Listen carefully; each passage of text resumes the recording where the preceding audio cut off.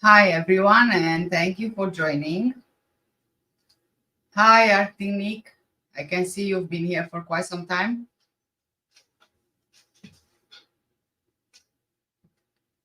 Let's just wait for a couple of minutes for more people to join. Oh, this camera keeps getting out of focus.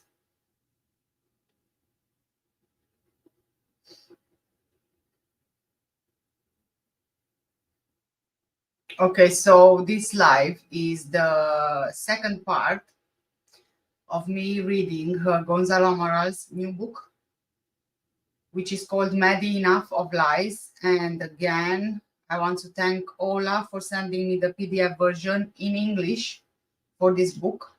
Now, if you haven't seen the first part, I've read in the first part 21 pages, and I'm going to carry on reading today from the 22nd page onwards. So if you haven't seen the first part, then I would suggest you go watch that first before watching this one, because I'm not going to give any kind of summary on the first part. So I'm just going to carry on reading for you guys. Now, again, I'm saying my computer is telling me that you can hear me. I would really appreciate if you can confirm, just to make sure. I like to be sure before I start something, so I don't end up, talking to myself.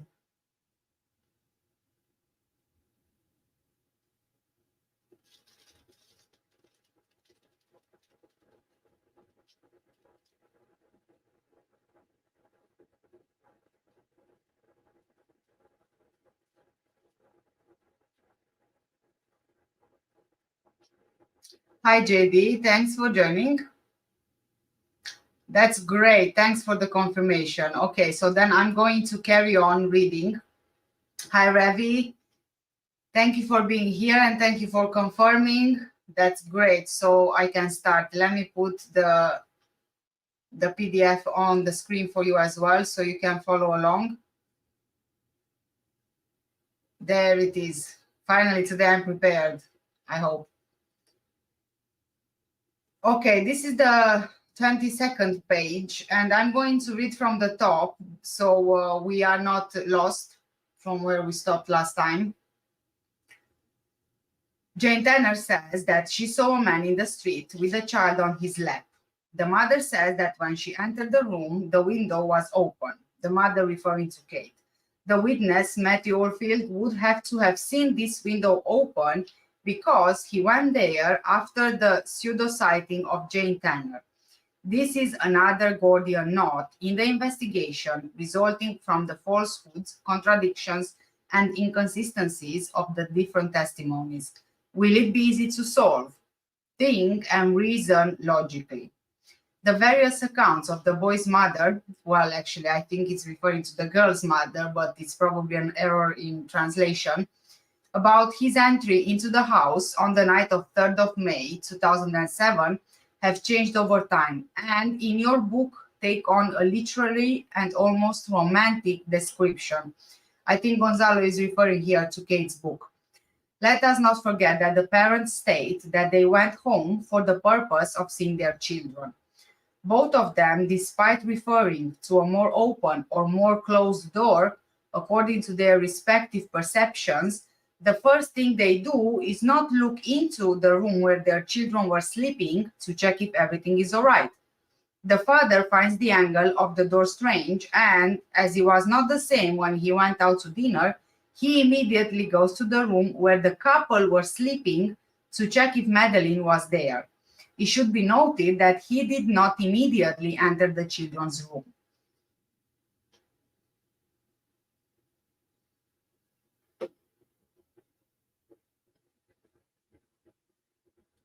Oh, I lost it.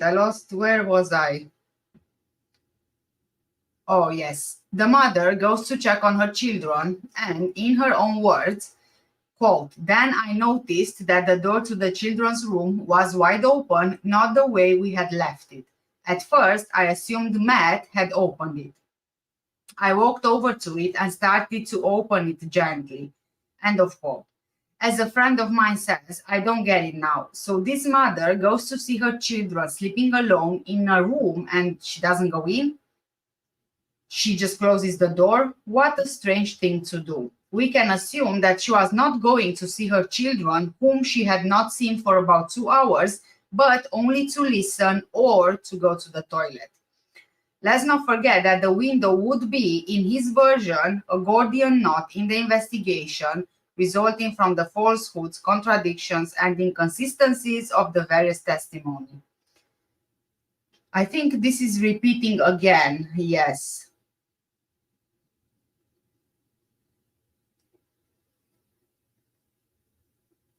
I read this already.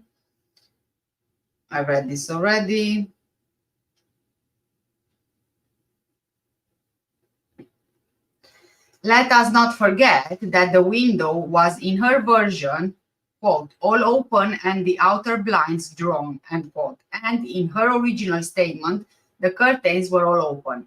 Nor was the glare coming in from the street through an open window visible to this mother. Quote, on returning to the children's room, I half opened the door and in doing so looked at Madeleine's bed. In the dark, I couldn't see her very well, end of quote. In the dark, you looked at Madeleine's bed and the twins were visible in the dark, but was there or was there no light coming from the street? It's interesting that you refer to the darkness. Let's listen to what the mother had written earlier about the brightness of the children's room at dinner time. Quote, as usual, we left the door ajar to let some light into the room, end quote. It is therefore possible to deduce that the children's room was not so dark that they could not see it very well. It's contradiction on top of contradiction. In her book, in her statements,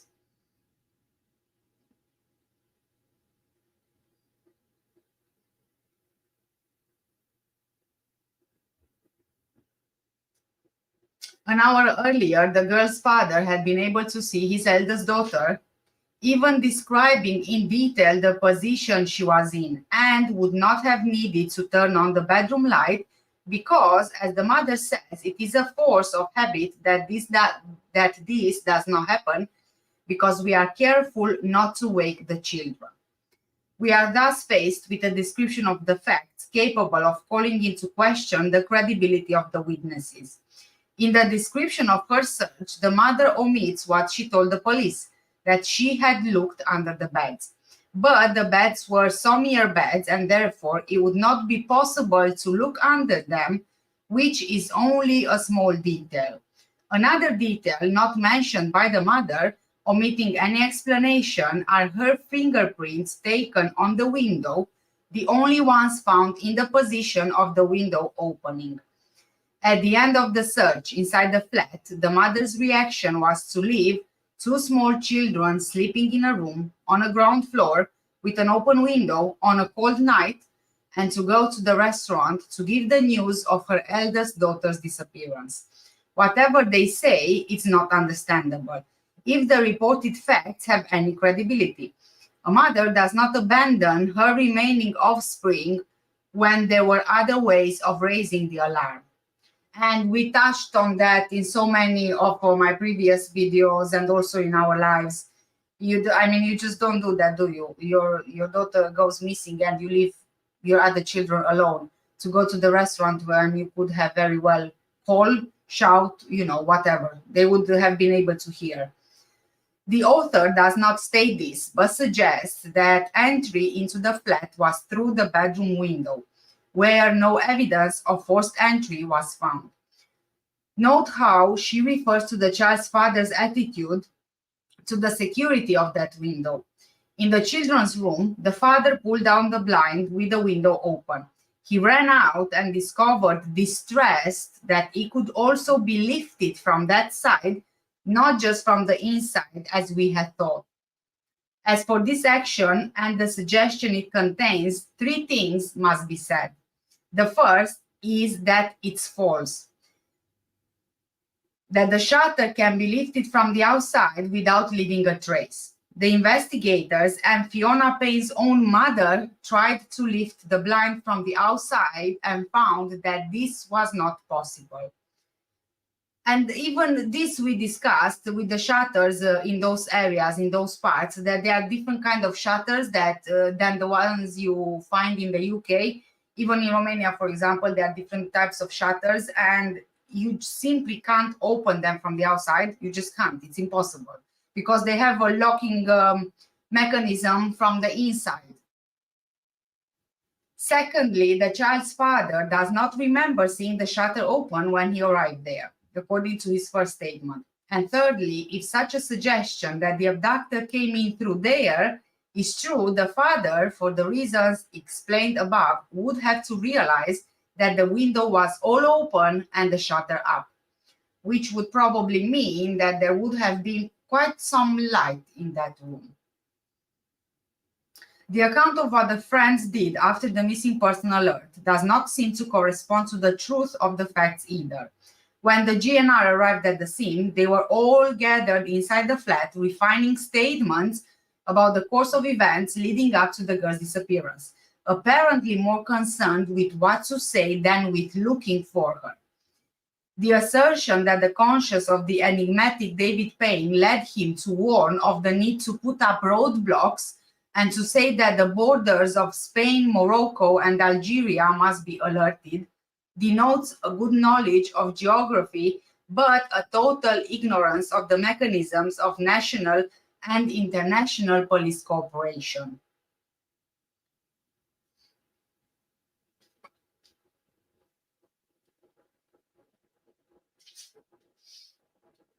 Hi, Ms. B. Thank you so much for joining and welcome from Norway. Hi, Dan. Thanks for joining. Let's see what Dan is saying here. The Mccanns don't want the death certificate issued because the cause of death would have to be neglect at the minimum, resulting in their investigation. It works for them that the search continues. I do agree with you. Not only that, but then if they would issue that certificate, they wouldn't be accessing any more funding. I believe that would be the case. So again, this kind of goes two ways.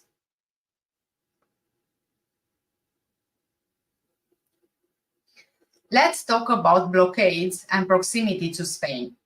It should not be forgotten that, according to the mother's account, the child disappeared an hour before she realized she was missing. In her words, we were just over an hour's drive from Spain. It's so telling, the way that they choose to say things like, we were just over an hour's drive from Spain. The child disappeared 1 hour before they realized she's missing. Then if I scroll back up, David Payne saying about roadblocks, then also saying about the borders of Spain, Morocco, and Algeria. It's as if they didn't really go on holiday there. I mean, why would you even have these things in mind, you know? Like roadblocks, the borders. Who is thinking about borders of different countries when you're on holiday? I don't know. Maybe it's just me, but I really find this strange.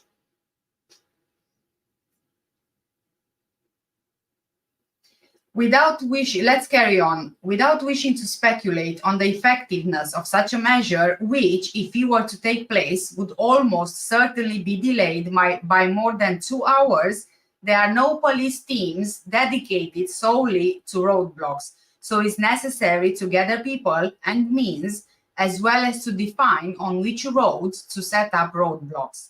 This measure may cross the mind of a parent who is living through the drama of her child's disappearance, but setting up a roadblock immediately is almost impossible. It's interesting that the mother writes about the drunkenness of a British subject who wanted to help. Perhaps she forgets how many bottles of wine were served during the dinner she had with friends. It seems that only the other tourists were under the influence of alcohol. Because yes, that's very convenient, isn't it? In the mother's words, none of those involved are to blame. Everyone else is to blame for what they drank, what they said, what they did or did not do. The parents who neglected the safety of 3 children, not to mention the children of the rest of the group of friends, are not to blame. The reaction of the twin sons in not waking up to the noise that settled in the flat after the missing persons alert is addressed by the mother as follows. Despite the noise, the lights, and the general pandemonium, they had not moved. The mother writes that her children slept a lot, but it seemed unnatural to me. The detail that the children did not wake up that night, despite all the noise and all the lights, has been picked apart over the years by all those who have investigated the disappearance. So it's not surprising that this fact and others that do not fit the abduction theory are now addressed in the book by the child's mother as if an explanation is demanded of her. Moving forward in her novel description of the events, the mother states that frightened by her children's unresponsiveness, I put my palms on their backs, trying to detect any respiratory movement, basically any sign of life. Again, it just doesn't make sense. To me, it doesn't make sense. She wants to justify Fiona Payne's statements made in 2008 in the framework of the Rogatory Commission sent to the United Kingdom by the Portuguese authorities, in which she affirms that the twins were taken to her flat that night, always asleep, and that the mother put the palm of her hand on their noses to check if they were breathing. And I think, this is from my point of view, merely my opinion, I think that if you would do that, you would do that for a reason, which would mean that it's something which you would regularly do, as in maybe give them something so they can sleep the whole night, and then you go and check on them to make sure that they are still breathing, to make sure that, you know, the medication didn't do something to them. I don't know, this is just my opinion. This only came to the attention of the police approximately 1 year after the events and through the statement of Fiona Payne. The mother never disclosed this to the police, or rather, in my opinion, she preferred to hide this fact from the police. What does the mother intend by what she now writes? The answer is contained in the sentence. Was Madeleine sedated to keep her quiet? And the twins too. The association you are trying to make is clear. You suggest that the pseudo-traumatologist sedated the children to keep them quiet, and that is why the twins did not wake up. What you now try to justify with a detailed description leaves a lot of doubts, and these doubts are related to two details. The first is the fact that the mother never said what she writes in the book, and only did so after the statements of Fiona and all the other comments and opinions produced. The second detail is that only more than 2 months after her daughter's disappearance, she referred to the possibility that her children had been sedated, suggesting then to take hair samples from the twins to look for sedative residues. Why did the mother not immediately suggest that the children's hair be examined when she suspected possible sedation, which, according to what she writes, was almost immediately after the disappearance? Did she not alert the police in time? Did she hide her fears, and was she afraid of the twins' reaction? Only 2 months after the suspicions, fears, and uneasiness, when you became aware of a case in which the kidnapper sedated the victim, did you take the initiative to alert the police? Why? The time that had passed made it impossible to believe that there were still traces of sedatives in the children's hair, and this mother, a doctor, was well aware of this. On the other hand, the police examination of the room and the bed where the child slept did not detect any smell or trace of any sedative. The drug Calpol taken orally would not leave any trace on the bedding. Another justification for behavior that has been criticized over the years is the first contact between the mother and an official from a British child protection agency. On the morning of 4th of May, Madeleine's family literally shouted her away when she offered to help. The mother describes her meeting with the technician as follows. He invited me to sit on a low wall, sat down next to me, and wanted me to tell him everything that had happened the night before. In response to this request, He was very insistent, and his manner, his mere presence, made me feel uncomfortable and increased my agitation.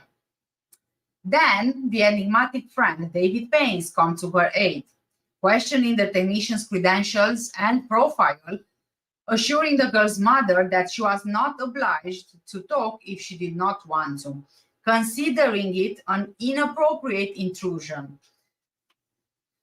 Really, my question is, if you are so worried about your daughter going missing, wouldn't you talk to just about anyone who is offering to help?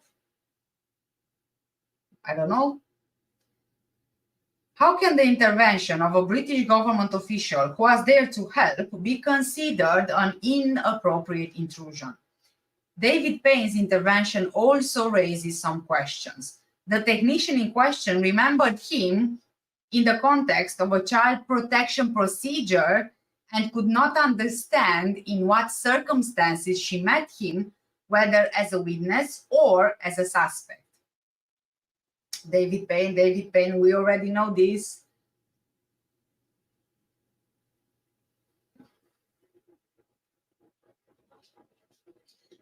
Hi, Jackie, thanks for joining. Bernadette, hi. Let's see what Bernadette is saying here. Why would you even leave the twins out of your sight when you claim your other child has been taken? Exactly, it just doesn't make any sense, does it? Absolutely no sense. And then the rest which follows. Okay, let's move on to, I guess, what is chapter 5, review of the investigation. When an investigation reaches a dead end, or rather when it stagnates or takes politically correct directions, manipulated voluntarily or tactically and accompanied by conspiracy theories, it's imperative to review it, thinking and planning proceedings, finding new ways to arrive at the material truth. With my experience and knowledge of the investigation, I believe I am able to conduct such a review and list a number of useful steps which may or may not be used by the police, depending solely on the will of its leadership. A criminal investigation wants to be independent of political power. Without independence, an investigation focused on objectivity and justice is not possible. Any interference by politicians is limiting and can distort the material truth. The political power has the competence to legislate and the obligation to provide material conditions for good police performance, to protect the police, to define criminal policy. It cannot and should not interfere directly or indirectly in a criminal investigation. The events of the first 6 months of the investigation have been widely publicized, warning that the investigation is not yet complete. Existing momentary findings could be confirmed or set aside. This is the normal course of a criminal investigation. The conclusions reached at a given moment are provisional and may or may not be confirmed. Anyone who feels aggrieved by the harshness of the provisional conclusions should cooperate and await the end of the investigation. What has resulted from the interference of political power is an unfinished criminal investigation, abruptly or tactically interrupted, giving rise to speculation and conspiracy theories with which I do not agree. The results of all the interference do not look good for the suspects. They have subjected themselves to normal public scrutiny by agreeing and being satisfied to drop the criminal case. This option seriously jeopardizes the recovery of the child or the location of his or her remains.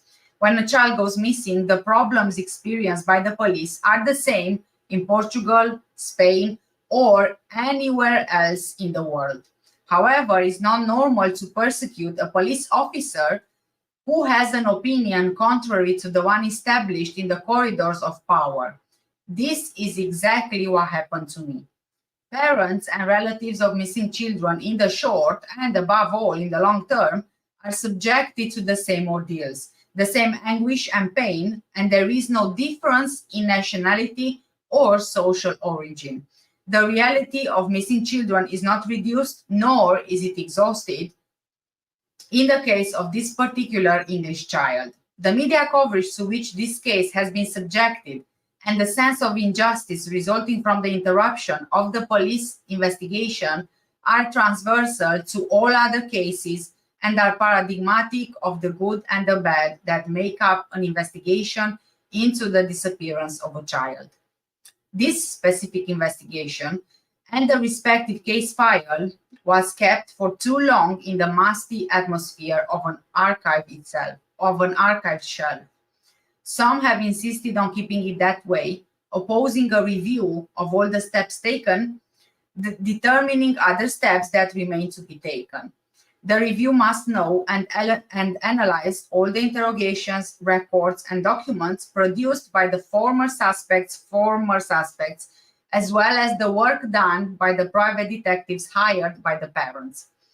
This analysis will not only serve to understand their motivations, but mainly to access any information that may be of interest to them. Without this concrete act, free from pressure and influence, with objectivity and clarity, is not possible to search for the child. The investigative review must encompass available information of the disappearance, the language used by the child's parents and their advisors to define Maddie's sightings. This information should not be limited to its content, but should include its origin, form, and the interest in its production, proliferation, and dissemination. In this case, as in other events, the analysis of the work of the various media companies hired by the parents should not be neglected. It's important to find out what role they were asked to play, by whom, and with what interests. The strategy defined and executed by the child's parents may be of interest for the development of further judicial or investigative actions. We should not forget the reaction of some suspects in the past, privileging the defense of the interruption of the police investigation, which are transversal to all other cases and paradigmatic of the good and the bad, which make up an investigation into the disappearance of a child. This specific, sorry, excuse me, I think that the following is repeating itself again. Yeah, let me read quickly to see where can I start reading again.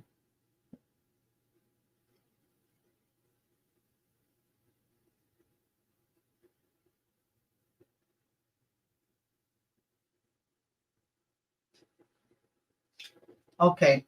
The review should take into account methodologies of criminal investigation of disappearance of young children in Portugal, the UK, the USA, and other countries in order to understand where failures may have occurred and how to rectify them.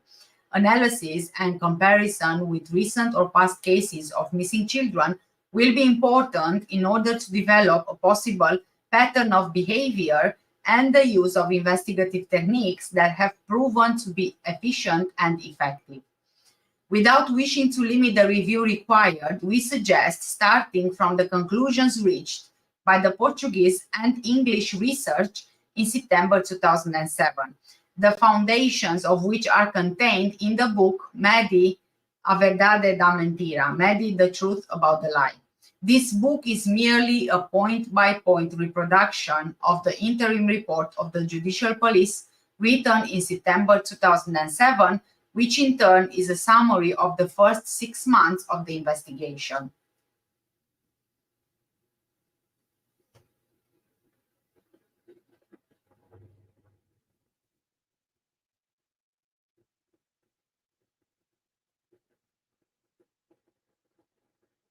Miss B is saying, hope the truth will come out soon. I'm not so sure that will ever happen, honestly. I would love for that to happen, but I'm not sure it ever will. Hi, Nicholas. Thank you for joining. Nicholas is saying the band of lies is so strong between the parents that they won't even do a deathbed commitment. Might be an unsolvable puzzle forever. Nicholas, I have to say that I agree with you. I think that this will be unsolvable forever. I don't think that even on a deathbed they would say what happened. I don't think so. Okay, let's move on with the next chapter, 6, how to dispel the denial of the false accusation of abduction. In most cases of children between 3 and 5 years of age, access to the child is a critical factor. They are children without much autonomy yet and who are dependent on their parents and people close to them. It's a fact that when the death of a child occurs and the body is removed and hidden, it's usually in a context of lack of planning, with a tendency for the bodies to be deposited close to home in known areas. Lack of knowledge of the area and lack of prior planning make it difficult to remove and conceal a body. We think that the parents of a missing child on holiday in a small village by the sea, who are reasonably familiar with the route from the beach to their home, where they have been jogging and walking every day for 7 days, are not as familiar with the area as someone who has only been there for 1 day. The fact that a body is not found in these circumstances is neither problematic nor mysterious. For example, in the first few hours, search teams, they look for a live child. This practice reduces the likelihood of finding the child by not searching all likely locations in the case of a concealed death. This type of initial search has as its strategy the rescue and recovery method. The aim is to locate the missing child alive or, if dead, as a victim of an accident after going abroad. It's not primarily assumed that the child has been murdered and then his or her body hidden. The window of opportunity, the time between the last sighting of the victim and the reporting of his or her disappearance, is critical in any investigation and must be independently established and confirmed. Some advocates of the non-existence of the false claim of abduction argue that the window of opportunity should be between 1830 and 1915. For example, while the mother was alone with the children and the father absent, and that this period is shortened when taking into account the visit of one of the holiday friends, which would have taken place between 6:30 in the evening and 7 o'clock in the evening. If the child died in the flat, there is no data that at this point can indicate the exact time or period in which this would have occurred, so the window of opportunity would always have to be established between the return home at 5:30 in the afternoon and the alarm of the disappearance, which occurred after 10 o'clock at night. This is if the disappearance actually occurred on 3rd of May. There are those who doubt this and substantiate their doubts. We believe that it is not correct to say that the child's body was removed between 1915 and 2030. For example, after the father returned home and before the couple went to dinner. This window seems small considering all the activities that would have taken place during that time frame. The mother explaining the incident, agreeing to the cover-up, inventing a plausible story, cleaning up the tracks, preparing the body for removal, deciding on a location for the deposition, removing and depositing the child's body, dressing and preparing for dinner, and walking to the restaurant. So basically, this window between 19:15 to 8:30 in the evening, it would have been impossible for so much preparation. As for the removal of the child's body, the Portuguese investigators were not inclined in September 2007 to believe that it took place between 1915 and 20:30 hours. They considered the hypothesis that it had occurred minutes before 10 p.m., the time of the sighting by the Irish family. On the other hand, it seems to us that the reconstruction of the timeline and the window of opportunity drawn up by those arguing a false accusation of abduction does not take into account the sighting of a man with a child on his lap. There is an 80% chance that he is the child's father and a 60% chance that he is the child's father. Proponents of this thesis claim that when considering the possibility of an abduction by a known or unknown person, the window of opportunity would be between 9 in the evening and 10 in the evening, after the father has checked on the children and before the mother discovers that her daughter is missing. The two separate sightings of an unknown man carrying a small child by two people who apparently didn't know each other seem to support the theory of an abduction by a stranger or intruder. Both Jane Tanner and Martin, I forgot his last name, reported seeing an unidentified white man carrying a small child dressed in light-colored pajamas during the period, or Martin Smith, I think he was, during the period between 9 p.m. and 10 p.m. The two men were both reported to have seen a white man carrying a small child dressed in light-colored pajamas during the period between 9 p.m. and 10 p.m. Given that Matthew Oldfield, by his own admission, did not look at Madeleine when he went to see the children at 9:30, it's possible that the intruder abducted her before that time, most likely after the father saw the children at 9 p.m. The intruder abducted her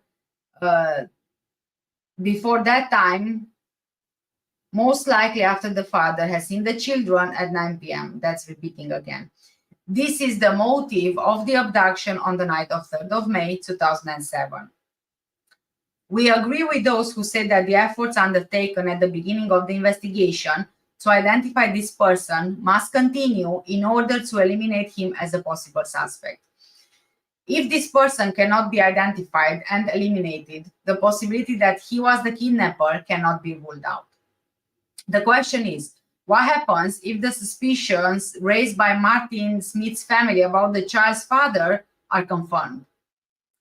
Proponents of the alleged abduction or of the thesis of abduction motivated by sexual interest, pederasty, give equal credibility to the testimony of Martin Smith and that of the couple's friends, Jane Tanner and Matthew Oldfield.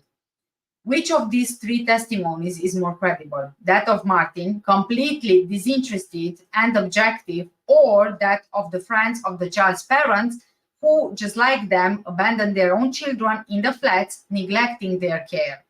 It seems to me that the answer is obvious. And I have to agree here with Goncalo Amaral. The answer is quite obvious. The last two statements do not appear to be true.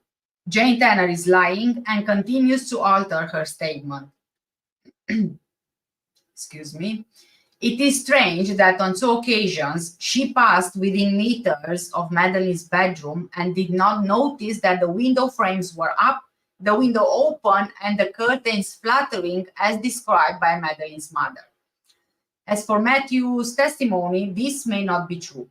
Even if he only peered into the doorway of the missing child's room, having seen the twins who were lying on two cots in the doorway and window, he would necessarily have seen the image described by the child's mother, the open window, and the street light.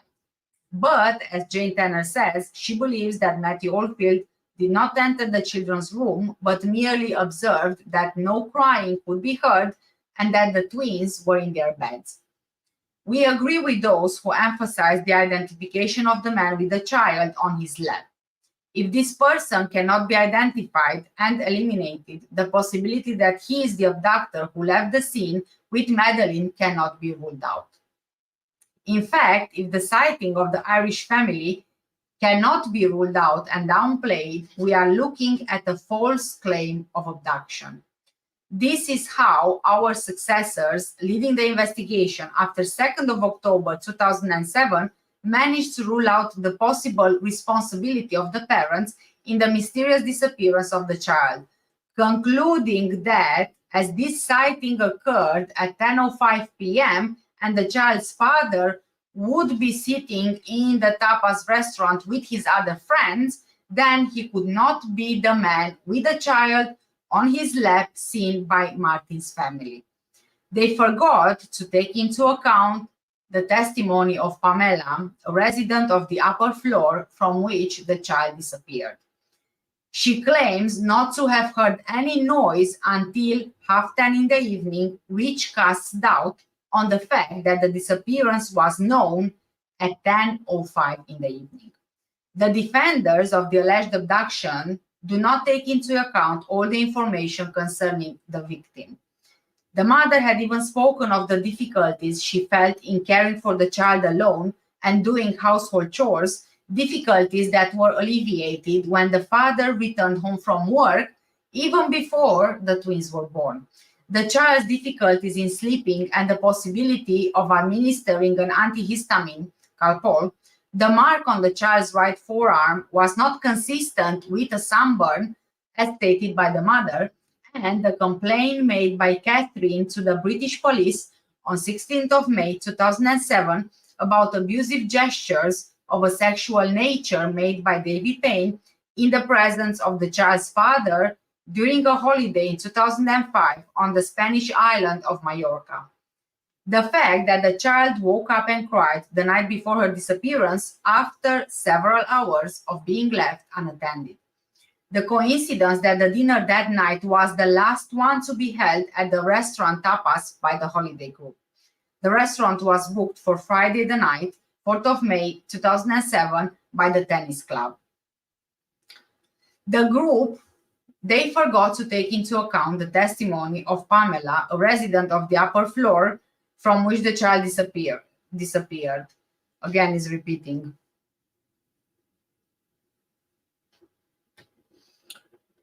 Oh, it's such a shame that it keeps repeating.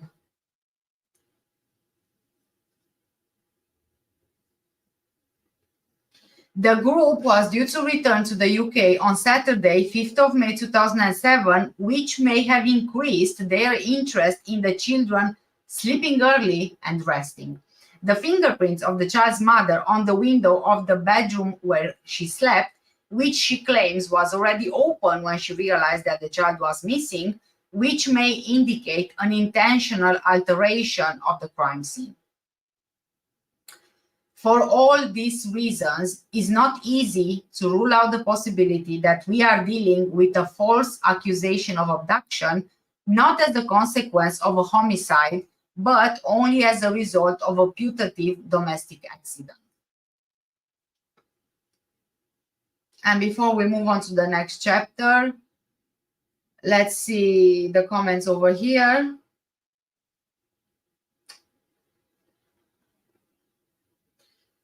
Hi, Red Eye. Thank you so much for joining. Hi, C. Thanks for joining. Hi, Louise. Thanks for joining. All right. Red Eye is saying, what a tangled web they have weaved. I can't wait for them to meet their fate. I agree with you, but sadly, I'm not so sure that they will ever meet their fate. Louis is saying, hi, Kat, you're doing good work. It was bizarre how the parents insisted this poor child's disappearance was due to an abduction and made sure this theory was put out there from the onset. Yes, it's very, very strange. Rada is also saying, Jerry's Freemasonry connections and Scotland Yard made sure of that too, Louis. Right. Let's go on to the next chapter. Number 7, investigating as a kidnapping despite the doubts. The police began treating the case as a kidnapping because there was a witness to the kidnapping, the parents' friend, Jane Tanner, which would increase the validity of the event. This testimony will not be credible because of 5 factors: the lack of knowledge of the abductor and the failure to identify the child, the time of the abduction, the specific location of the sighting, and the path taken by the abductor. There are strong indications that Jane Tanner is lying, or rather, not telling the whole truth. She says she saw the man with a child on his lap walking in a hurry from behind or from the side, but it's not clear that she could know so many details, what the man and child were carrying, for example. There are too many details that seem to have evolved over time.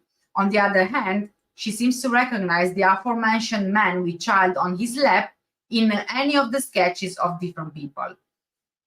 What is striking in Jane's testimony is the almost total coincidence between her description of the man with the child on his lap and that given by the Irish family description who, some 45 minutes later, see on the other side of the village a man with a child on his lap.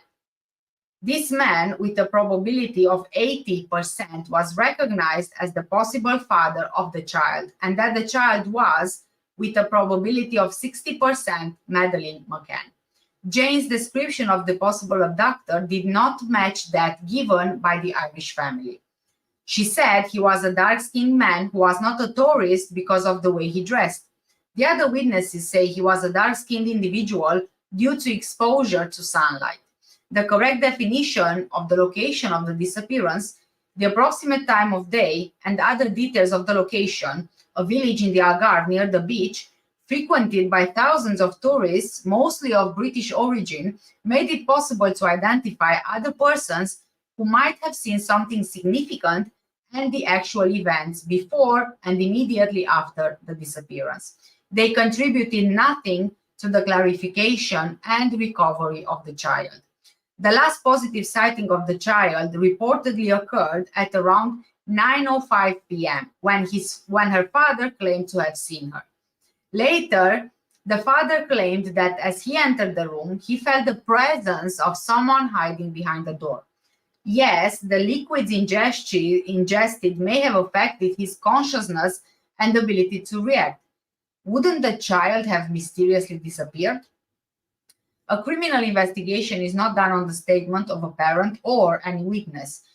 No matter how detailed it is, if it's not properly corroborated, it's useless. And the father's statement about his daughter's sighting was never corroborated.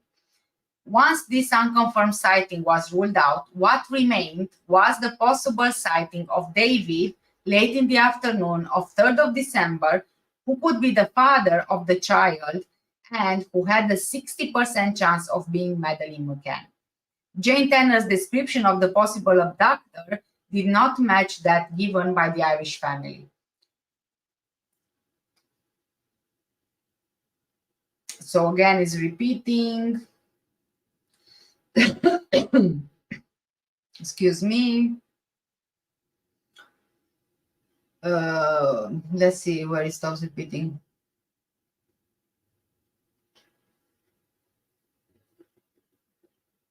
Having ruled out this unconfirmed sighting, what remained was the possible sighting of David on the evening of 3rd of May, when he went to the child's flat at 7 p.m. In his first statements, it was not clear that he had seen Madeleine and her siblings, but in his statements, in the context of the letter rogatory sent to the UK, he would say months later, in mid-2008, that at the time, the children of the friends were the vision of 3 immaculate angels. David Payne is one of the enigmatic figures in that holiday group. I consider that his behavior has many gaps to be clarified. We must therefore affirm that the last positive sighting of Madeleine was made by the nursery staff when, at 5:30 p.m. on 3rd of May 2007, they handed the child over to the mother, as documented by the child's handover pickup signature. Thereafter, nothing further is confirmed.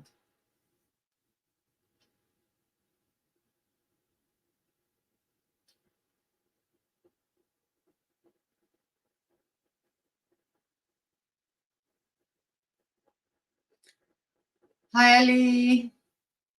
Let's see what Ali is saying here. What I cannot work out is why no one straight away asked Kate, Jerry, and the Tapa 7 how they knew Madeleine had been abducted, and could they prove this by? I'm not sure if they have been asked exactly this. It's possible they have been asked something similar, where they, I don't know, maybe they said the only possibility is the abduction because they haven't done anything, nothing happened. I don't know.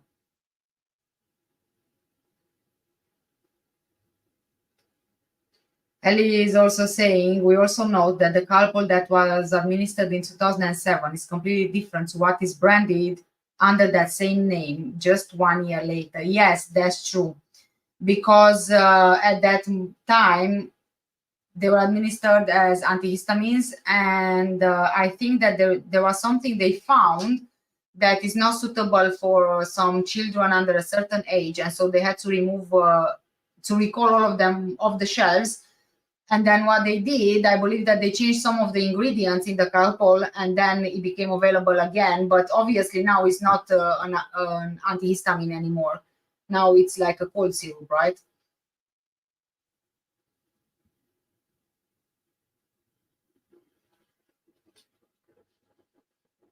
Lois is saying, so he's a Freemason too. That speaks volumes. Thank you for bringing that up.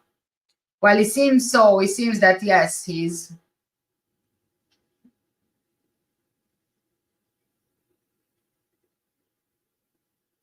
Reda is also saying John and Tony Podesta were in Portugal at that time as well. The Ifits have an eerie similarity to them, and the woman Ifit looks eerily like Ghislaine Maxwell. Possible coincidence, but interesting. Yes, it is quite interesting. I found those Ifits very interesting. And then there is another Ifit which to me looks just like the serial killer Richard Ramirez. And I can't help but wonder, did they just, whoever came up with these characteristics for the Ifits, did they take known killers or, known, I don't know, people who did wrong things and they are known in the media and they just came up with these characteristics to derail the investigation even more? I touched on this quite a while ago in one of my other videos, but those Ifis, they are very, very strange indeed.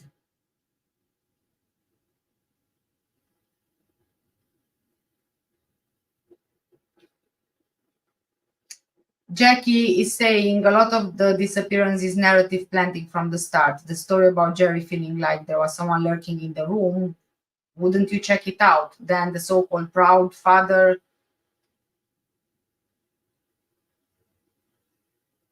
And David Payne's visit to help Kate. I think something happened before the makeup video.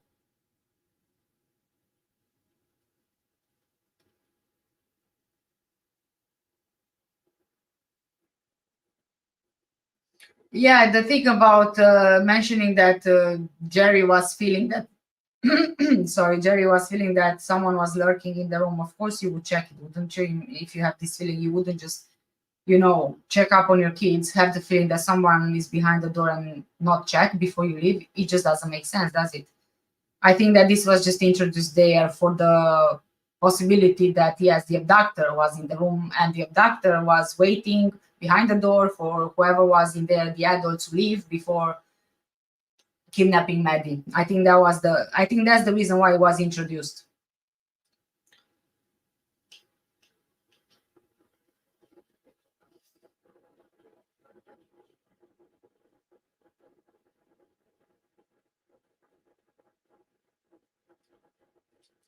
Lois is saying, I just don't understand why the Smith sighting was played down by Kate and Jerry. Then again, that man carrying a child towards the beach area was also said to resemble Jerry. Yes, he was said to resemble Jerry, and I suppose that the same man from the Smith sighting is the same man carrying the child towards the beach area. And I think, let's just say, for example, that it was Jerry who was carrying Madeleine Mccann, unconscious or probably dead, towards the beach to get rid of her body. Obviously, if that would be the case, they would downplay it. Kate and Jerry, they would downplay the Smith sighting and, try to make it not believable, not credible. So I suppose this would make sense why it would be played down by Kate and Jerry. Otherwise, if you have parents who are innocent, in my opinion, you wouldn't downplay any kind of sighting. You would give any kind of sighting as much credibility as you could, because, it's more hope that you would have in finding your child or finding what happened to your child or, finding the kidnapper of the child.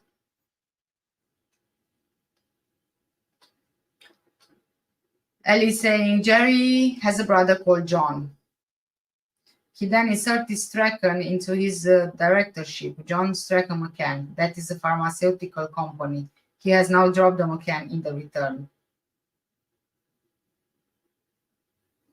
Yes, I remember that I found something around that. Yes, and there's also the company that they have where they receive the donations.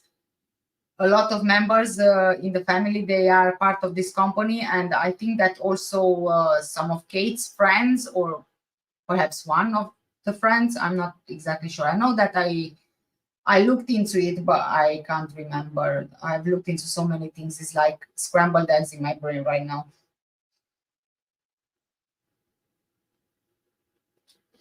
Right, let's move on to the next chapter, 8, which I assume is meant to be saying victimology. It's not enough to know that a child is missing. Through victimology, the details of the child must be investigated. It's essential to know as much as possible about the victim, even before determining whether it's a real abduction, either by a complete stranger or by someone close to the victim. Information is gathered from family and friends, different agencies, health, school, child protection. Information about the victim should be obtained as quickly and in as much detail as possible, and should include detailed information about the family, personal habits, traits, weaknesses, friends, medical history.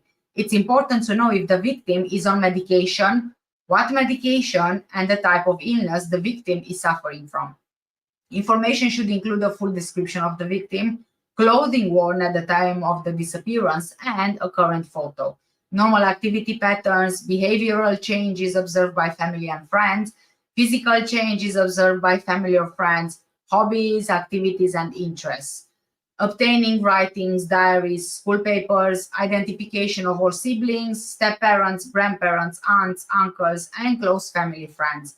Identification of parental attitudes toward the victim, such as hysterical, aggressive, or violent reaction, or lack of genuine interest. Identification of the victim's history of running away, or reasons for dissatisfaction in the home, possible stresses in the victim's life, victim's behavior, including use of drugs, alcohol, sexual activity, financial situation of the family, possibly a cause for ransom, full description of the victim's room, his or her belongings, the state of the room, how the room was occupied by the victim, how quickly the room is emptied or treated as a sanctuary. Determine the type of reading of the victim, the type of photographs, posters, pamphlets posted on the walls of the victim's room. Determine who has regular access to the child. No one in the family is denied access, and to whom. The people closest to the victim. Find out what method of expression, for example, writing, sports. Determine the victim's most important property or most important activity. It's a long list of tasks. So only from this, you can tell that he knows what he's talking about. In the case of preschool children, it's necessary to define, with the help of their parents, the speech profile, the words they use to refer to their parents or other relatives, to designate objects and spaces used in their daily life. This speech profile can be useful in case of sightings and casual conversations. The definition of the DNA profile of the missing child is paramount because it facilitates further identifications. This profile can be defined through hairs found at home or on their belongings, hairbrush, toothbrush, or clothes. The creation of a database containing the DNA profile of missing persons at national and European level could be an important tool. In the case of the disappearance of Madeleine Mccann, one of the first concerns of the investigation was the collection of data on the child. Specific information about the victim, her family, and the group of friends who were on holiday was requested from the British authorities. As for the child's date of birth, it appears to be a mystery. The passport lists the date of birth as 12th of May 2003, so the child would have been about to turn 4 years old. But Leicestershire Police reported on 18th of May 2007 that after consulting the Office for National Statistics and the Divorce Register, they had established that the child was born on 12th of March 2003 at the Royal Infirmary in Leicester, as registered and reported by the mother on 5th of June 2003. The mother gave birth and registered the child. Where was the father? The British police have established that there is no record of the child's mother having been married to anyone other than the father. The only question raised by the British police was why it took 3 months to register the birth of the missing child. For the British police, the delay in registration obviously does not rule out the possibility that another individual is the father, but the answer to that can only be given by the mother or by DNA comparison. Very interesting. This is very, very interesting.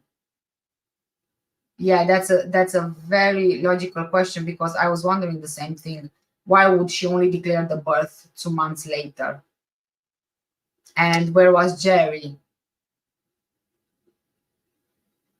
The girl's mother was never directly asked why it took her 3 months to register her daughter's birth, and it was learned that the child was born in the Netherlands when the parents lived there. This has never been confirmed, and the register shows an address in Leicestershire, UK, as the parents' place of residence at the time of birth. The only link to Netherlands is the child's passport. 2 stamps from Amsterdam Airport, the first relating to an entry on 4th of March 2004, and the second to departure on 7th of March 2004. This delay in birth registration is strange because it's not normal in a structurally organized and evolved country like the UK. This again is very weird. So Madeleine Mccann was born in 2003. It seems that by what we are being told that she was born in the Netherlands, yet the passport has only 2 stamps from 2004 on entry into Netherlands and on departure from Netherlands. So if it would be true that she was born in the Netherlands, why is there no evidence of that? I mean, even if let's say she doesn't have a passport, she would still have some kind of document to allow her one-way trip back to the UK to get her passport done in the UK. There must be something. I mean, me, for example, when I traveled to Romania and my daughter, she didn't have a valid passport, we got a document from our consulate and we could travel. That was for only one travel valid, just to travel to Romania so we can get her passport done. So I'm guessing that something similar is happening here as well, but there must be a record somewhere if this would be the case. Then if this wouldn't be the case, why would it be mentioned that she was born in the Netherlands and yet the parents were registered as living in Leicestershire at the time of her birth? Very strange. Very, very strange.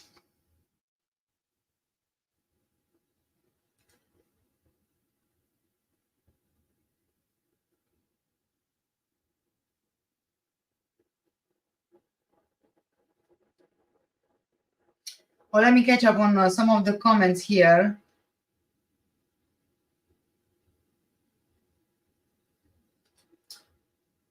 Ellie is saying, we are a group of medical researchers, I suppose you meant. The company that Kate and Jerry run now, at last week, has nearly £1 million assets. The company. Yep, the company. Noted that Dr. Gaspar's witness statements have been disregarded. Yeah, yes. None of the timelines add up. Then the tapas bar staff statements say that from 9:20, none of them were at the restaurant. Of course, the timelines, they don't add up, and we have 3 different timelines: written, then rewritten, then again written. I don't know why you need to have 3 timelines. From my perspective, there is only one, which is the truth, which you don't need to write it, rewrite it, change it, write it, rewrite it, change it with the statements and so on.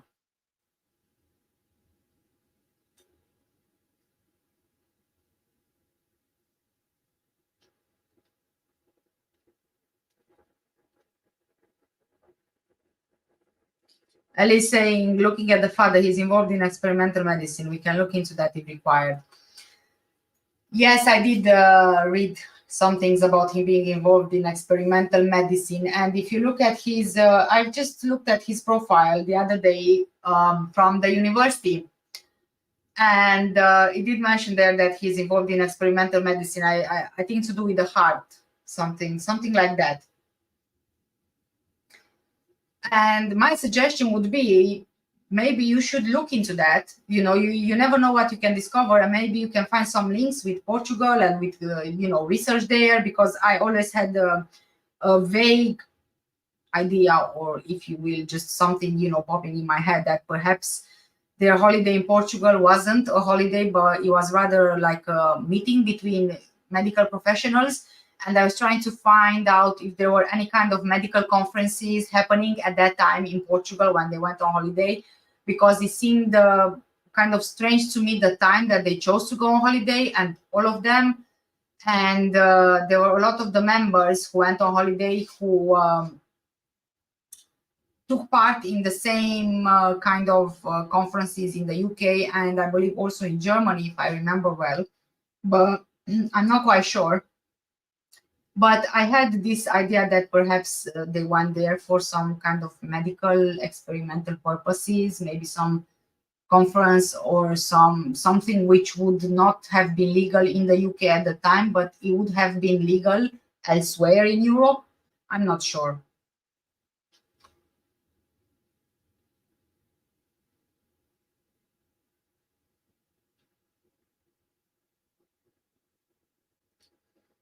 Bernadette is saying she could have been on her mother's passport. Was it possible at that time? I'm not sure. I never looked into it. I didn't. But when they went in Portugal, she had her own passport. So that would have been like, 3 years earlier? Would she have been on her mom's passport?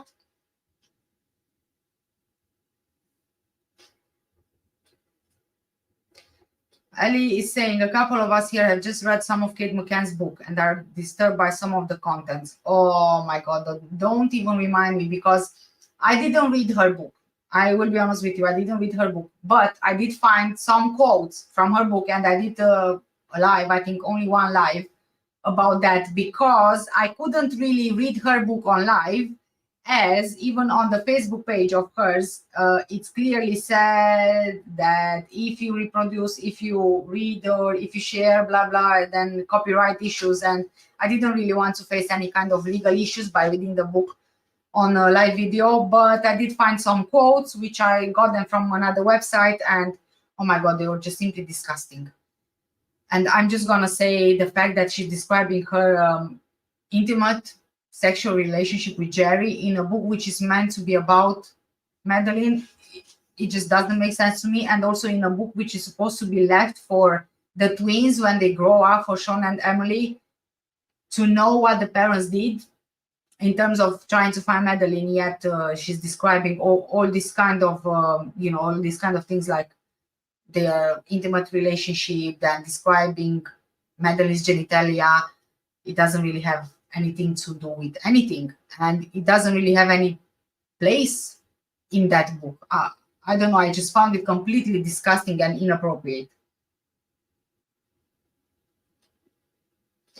Oh, Bernadette is saying years back the child didn't need a passport and could be put on the parents' passport. Right, okay. Yeah, it makes sense. But then I have another question. So if she would have been put on her mom's passport, wouldn't there be a record that she left Netherlands? Because she would be on her mom's passport, but wouldn't there be a record of that? That apart from Kate and Jerry Mccann living Netherlands, Madeleine would have left Netherlands as well?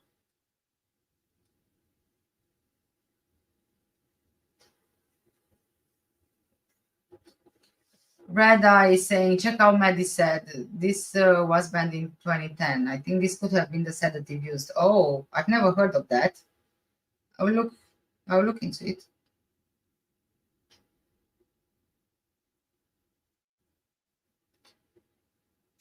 Luis is saying, me too, a very disturbing read. Why say it was written for the siblings? I agree with you guys. I agree with you. That book just doesn't look like it was written for the twins to me. From what I didn't read the book, again, I'm gonna say it, I didn't read it. Firstly, I didn't want to buy it myself because I didn't want to give them more money, right? Then secondly, I wasn't really interested in all the stories and everything, but the things that I've read, the code, the couple of paragraphs and the things I found online is just, it just seemed to me like, apart from describing all of these intimate details between herself and Jerry, they are trying to find excuses, and they're trying to find explanations for something which cannot be explained, and they are trying to blame others, point the finger at others, and so on and so forth, which is not surprising because their story was like that anyway, even in the media and everywhere. Red Eye saying, I don't think Jerry is Madeleine's biological father either. I don't have proof, just a feeling. A lot of you agree. A lot of us agree with you, actually, and a lot of the viewers agree with you. And I've mentioned this briefly in another video. There is also the possibility that, yes, Jerry is not the father. And there was also suggestion from my time covering this case, reading online, that perhaps John would be the father. This could explain possibly why Madeleine's birth was recorded 3 months later only. I'm not sure. Ellie saying, if one of our children was missing, our first priority would be to go out and look for her, not to play tennis, and certainly not to be concentrating on writing 3 lots of timelines. Well, I'm gonna start with the last point that you made, writing 3 lots of timelines. Definitely, I agree with that. Now, for the playing tennis, I'm not taking the side of the parents of Kate and Jerry Mccann, by no means. But if you would think of this, let's say, for example, think of it as if you don't know or you don't think that they did something, right? I believe that when you grieve, or when you are worried, or when you are anxious, or you are panicking, or something like that, as a person, you find different ways to cope in different situations. And maybe, again, not finding excuses, I'm just, trying to be impartial here. Maybe tennis was one way that they could keep their head clear. Just don't think of them as Kate and Jerry Mccann. Just think of them as 2 parents who just lost their child. Maybe playing tennis was something to keep their minds busy so they don't go insane. I don't know. I'm just saying.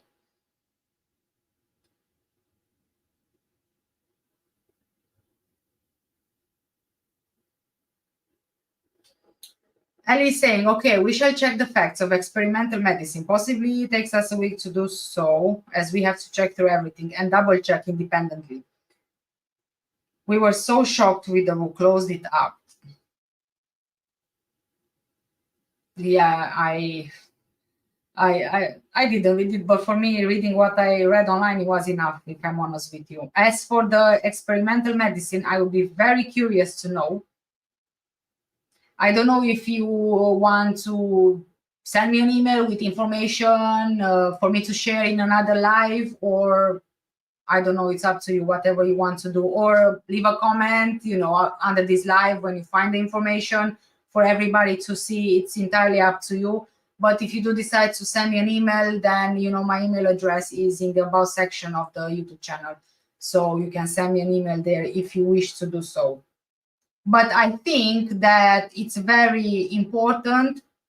And I also think that it's very beneficial that you have this kind of resources, and you can possibly research something that other people don't have access to.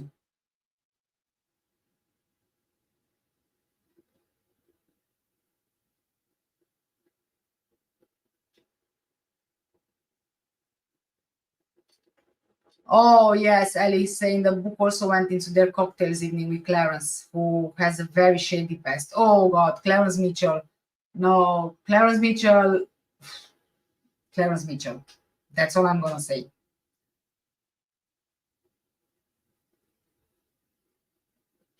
Ellie saying Jane Tanner works locally to us here in the UK. We will do some digging.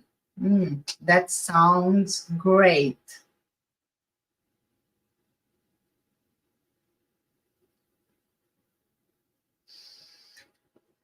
Bernadette is saying, yes, I used to use Medicet for my children for travel sickness. And yes, it would basically knock a child out for hours. So I would give mine half the recommended dose. This is very interesting, Medicet. For travel sickness. So it is very much possible that this is what they used. Considering this is a travel sickness medicine, we know that toddlers, especially toddlers, they do get travel sickness. A lot of them do. I mean, my children, both of them got travel sickness when they were toddlers. So I wouldn't rule this out, that this would have been available to them. Also, especially considering the fact that they are both in the medical field. So, you know, that's interesting.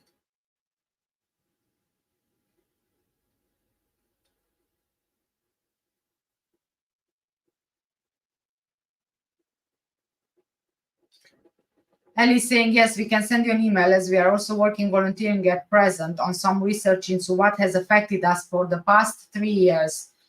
Oh, yes. Oh, yes. Without getting into that and,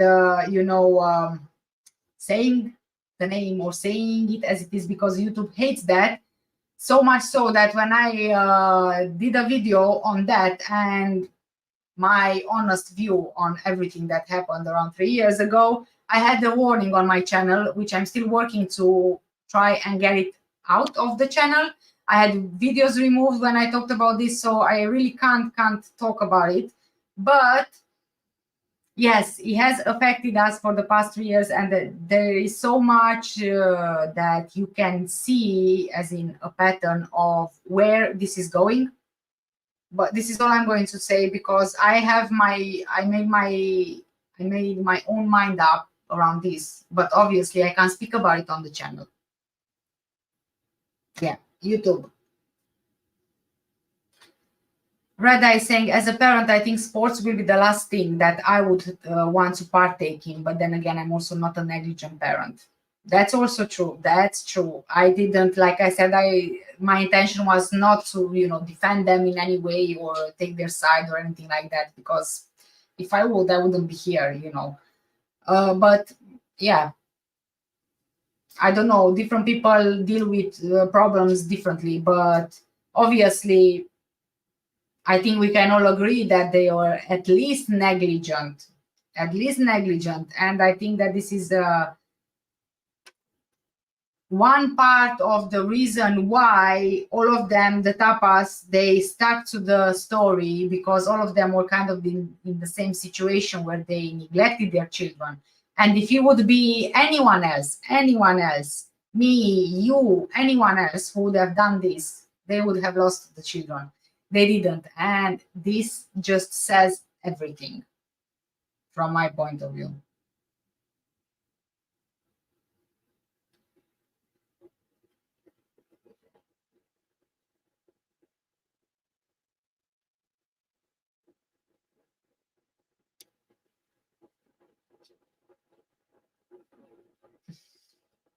I'm not even sure where I was left for reading. Oh yes, it's a long list of tasks.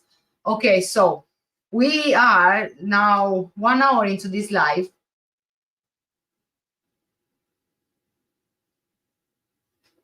Let me just answer the last comment, and well, it's not going to be the last comment for the night. Luis is saying apologies if it's been covered, but were all the tapas people interviewed separately? As far as I know, they were. Yes, they had statements taken separately, and even these were recorded. And they, I think that the tapas, the friends, they were interviewed in the UK. The parents were interviewed in Portugal and also the UK, I believe, if I'm not mistaken. But anyway, if I'm mistaken, you guys tell me in the comments.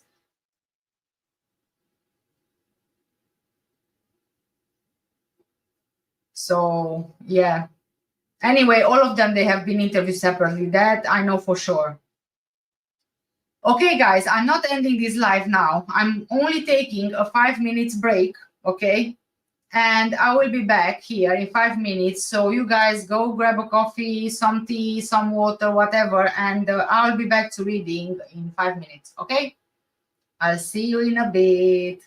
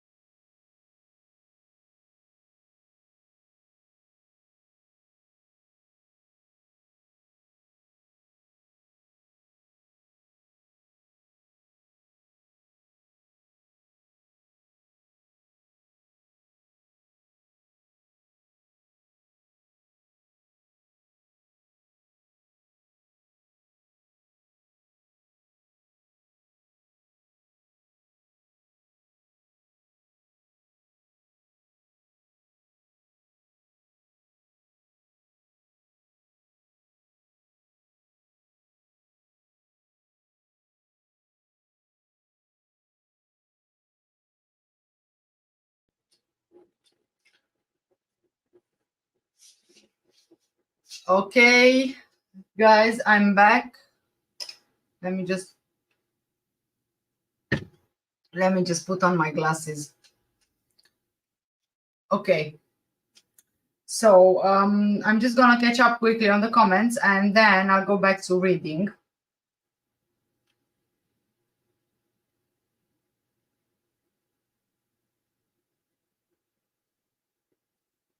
Ellie saying, don't get into that either. We are shocked. You see what you get, but do check what you see. We hope justice works in silence.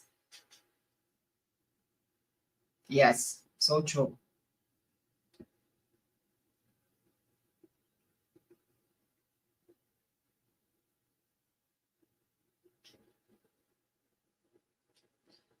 Jackie is saying, just thinking about the subject of passports, wasn't Jerry's passport stolen with his wallet when he visited England? How did he return to Portugal without it, considering he got them back later? That's another interesting question. I didn't ask myself that question before, if I'm honest with you, so I don't have an answer, but you guys there in the comments, if you have something, feel free to add.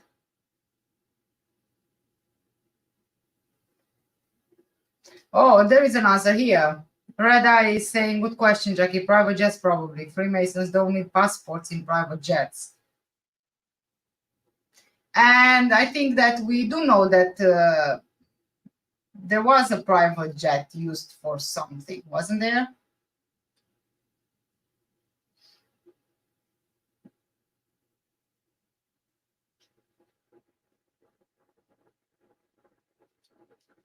Bernadette is saying diphenhydramine hydrochloride. That is what is in medicine. Oh, I'm just going to give it a quick Google because I'm interested to know what this is.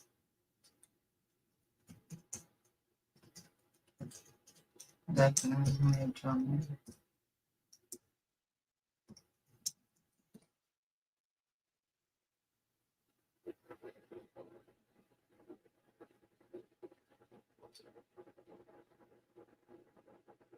Hydrochloride.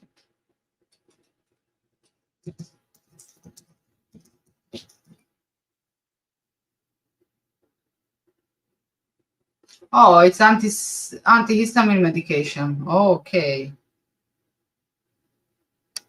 Sleep aid. Sedating antihistamine. Oh, okay.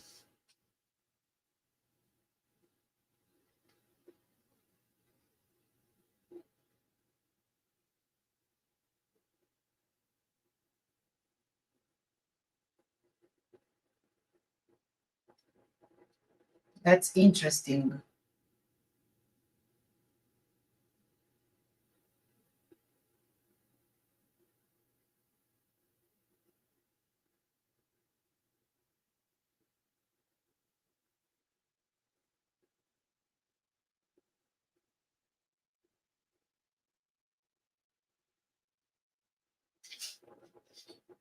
JD saying coffee time cat. Yes, yes. Definitely. Thanks, Louise. Okay, let's see what Ellie is saying. When the UK left the EU and we had any passports, any child under 12 years old was added on the parent's passport. Right. Yeah, it makes sense. But then wouldn't there be any kind of, record somewhere that the child traveled with the parent? This is what I'm unclear of, really. Red Eye saying we all need coffee, JD. Oh, yes, yes. What did you guys have? I actually had coffee and then I had water because I don't like the taste of coffee in my mouth after I drink it. Don't ask.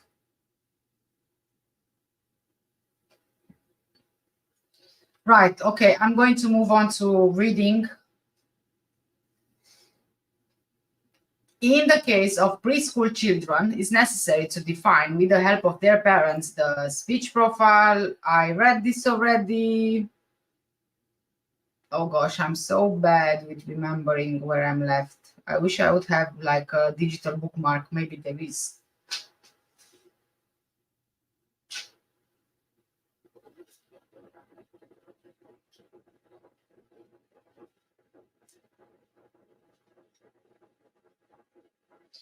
Yeah, I read this about Netherlands. Okay, this is the next page. Through the hairs, yes. Through the hairs found in the holiday flat and on objects found in her residence in the UK, a pillow, a hairbrush, and a top, an attempt was made to define the girl's DNA profile. As for the hairs found on the objects, it's interesting to note the testimony of Andrew Lloyd Palmer, forensic scientist at the Forensic Science Service, Birmingham lab, who states, the hairs found on these objects were used in place of reference samples of her hair and cannot be considered truly authentic samples of her hair. This is probably a purely formal matter, but it may have influenced the outcome of the various lab tests. Based on the DNA of these hairs and the comparison with the DNA of the parents and siblings, it was concluded that they belonged to the missing child by exclusion of parts and because no other children of the couple are known. Despite requests for information, it was never possible to access the child's medical records, which in itself is completely weird. This was even denied by the UK judicial authorities, and the parents have never shown any interest in fulfilling this wish of the investigation. The medical history may be important in view of the diseases associated with coloboma of the iris, the mark on the eye. Suppose the child has heart problems. What was the reaction to taking the drug Calpol? This is a gray area which would be interesting to analyze.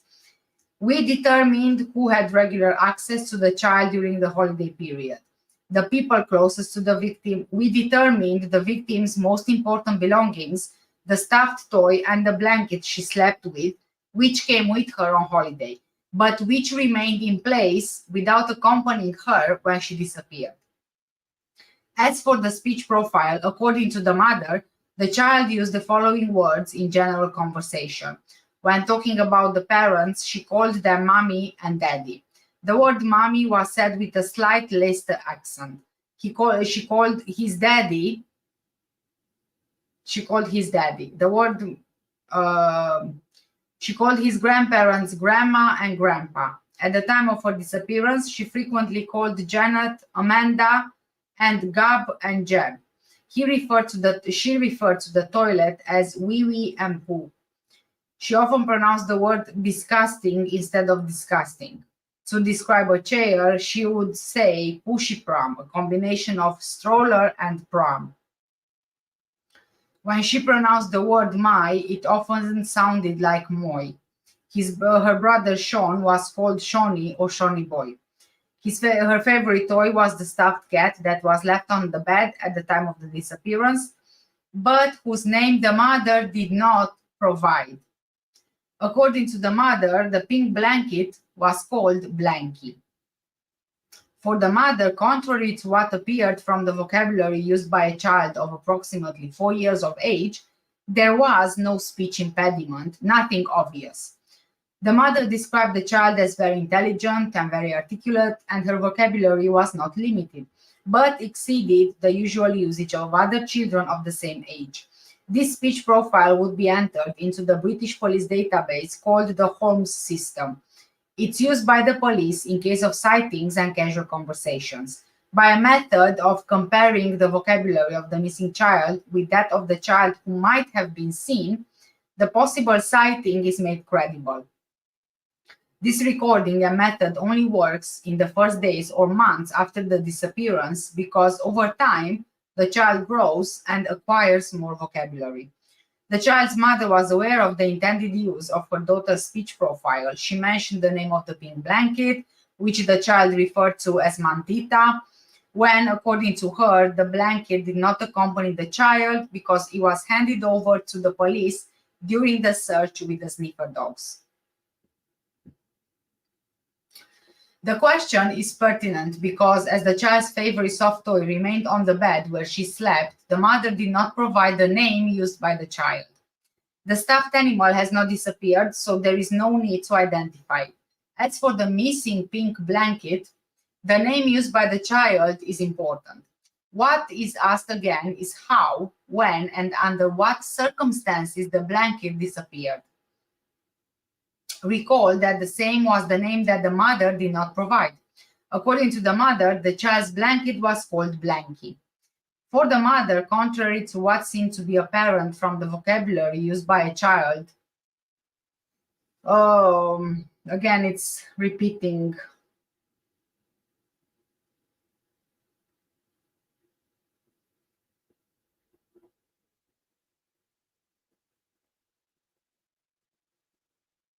What is asked again is how, when, and under what circumstances the blanket disappeared.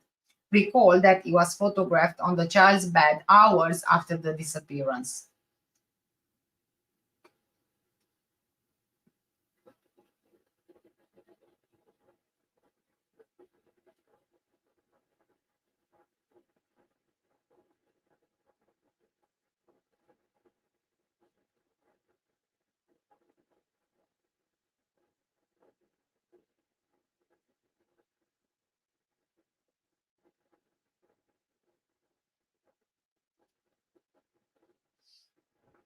Okay, let's move on with the next chapter, timeline and window of opportunity. One of the tools to be used in any type of disappearance, and in the case of child disappearances in particular, is, as mentioned above, the timeline through which the temporal data and events are recorded. The timeline identifies the window of opportunity, which is the time elapsed between the last time the victim was seen and the time when the disappearance was discovered. It's critical in any missing children investigation to independently establish and confirm this time frame. Such a timeline can and should be constructed from documentary and testimonial records without discarding those of potential suspects, notwithstanding possible manipulations they may seek to introduce to create or sustain an alibi. In the disappearance of Madeleine Mccann, there are documents that contribute to the construction of the timeline. Some of these documents and records, which will be discussed here, were outside the control of the interested parties or suspects. Others were produced by them. Despite the possible bias with which they may be burdened, they nevertheless constitute material evidence, mainly because of their content and motivation.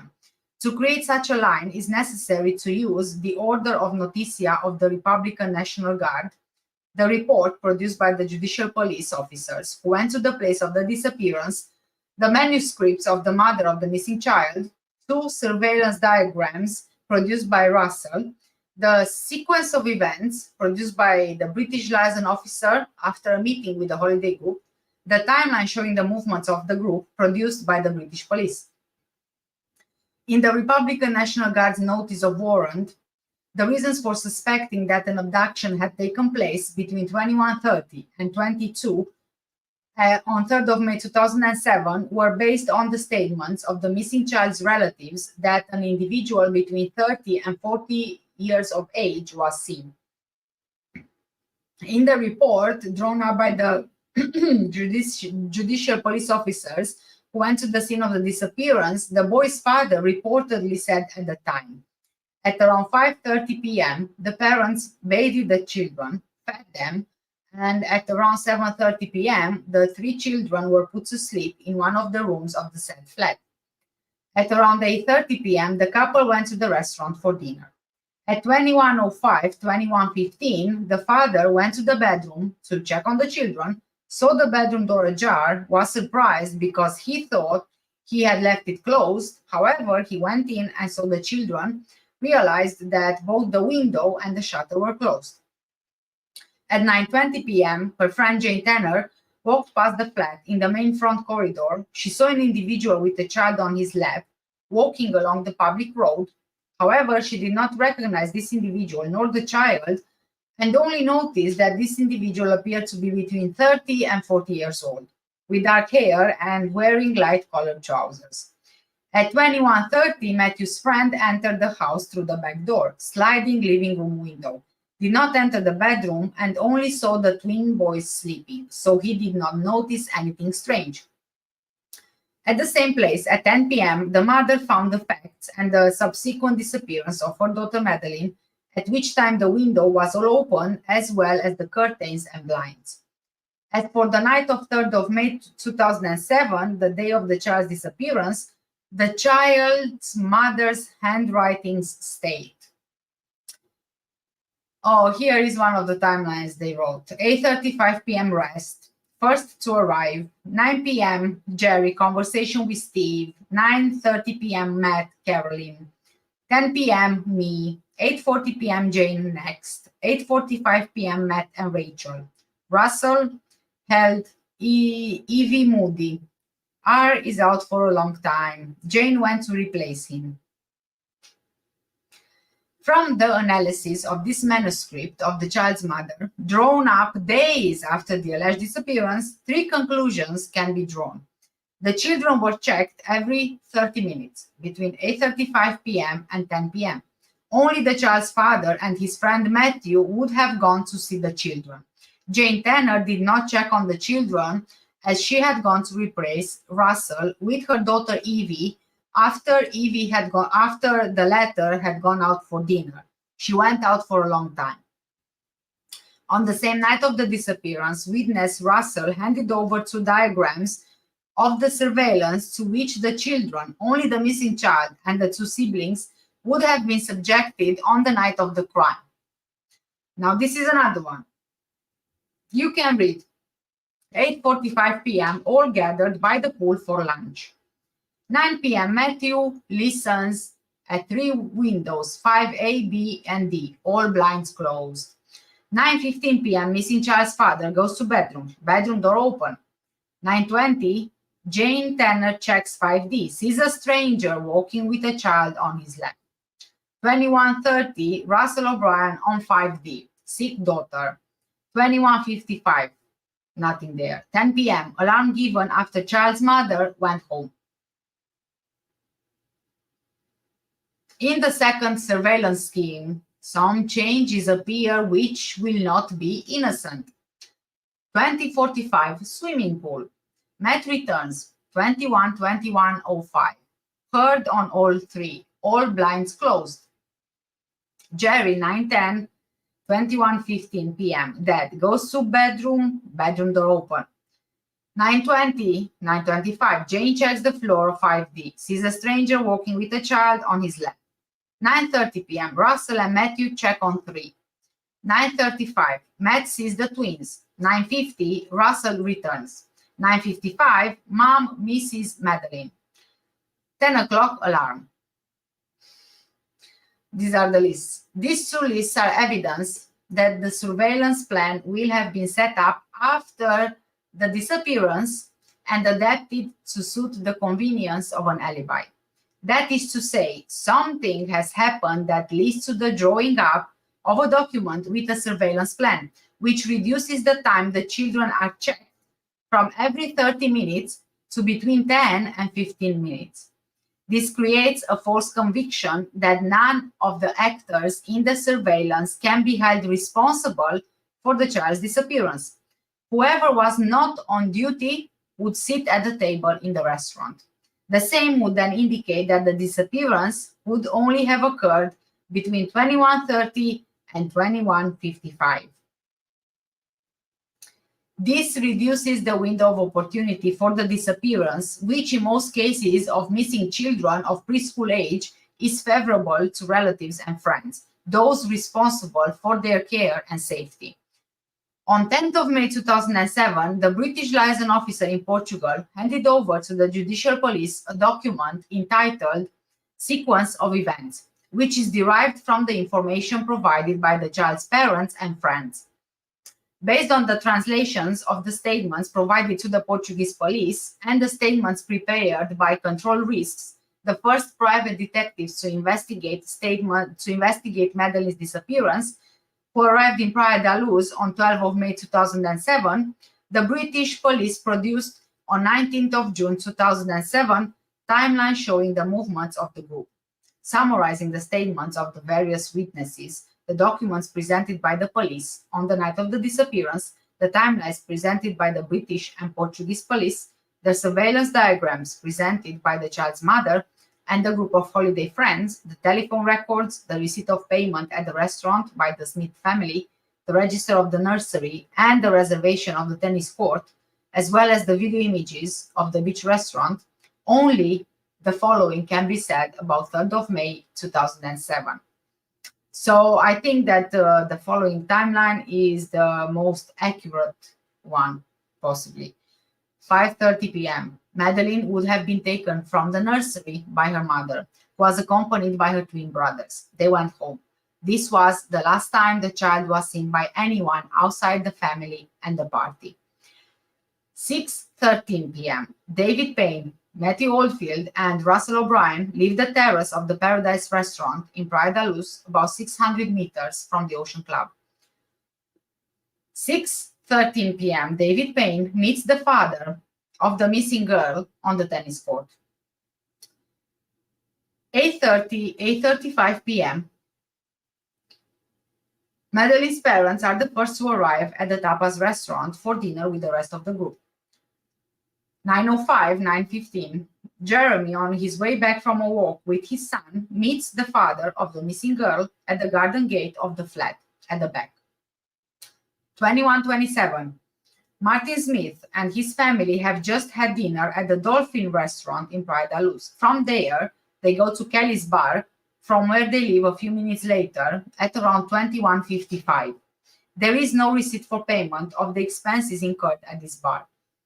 Minutes later, in Primary School Street, they come across a man with a little girl on his lap, a blonde girl, whose head is resting on the man's left shoulder, her arms hanging down, dressed in light-colored or pink pajamas, bare feet, and typical white British skin, about 4 years old and about 1 meter tall.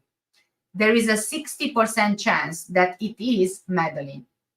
He is a man between 30 and 40 years of age, between 5'7" and 5'8" tall, of dark face from exposure to the sun.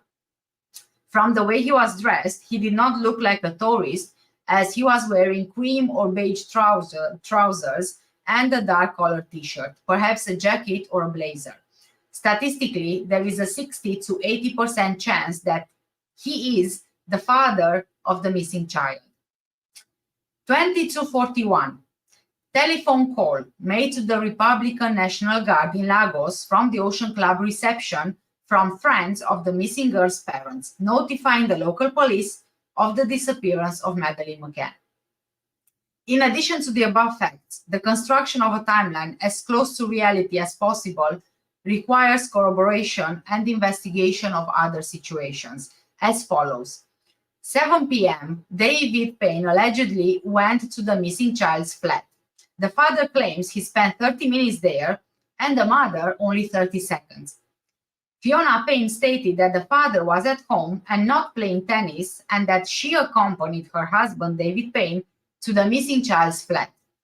In his first statement, David Payne does not claim to have seen Madeleine and her siblings.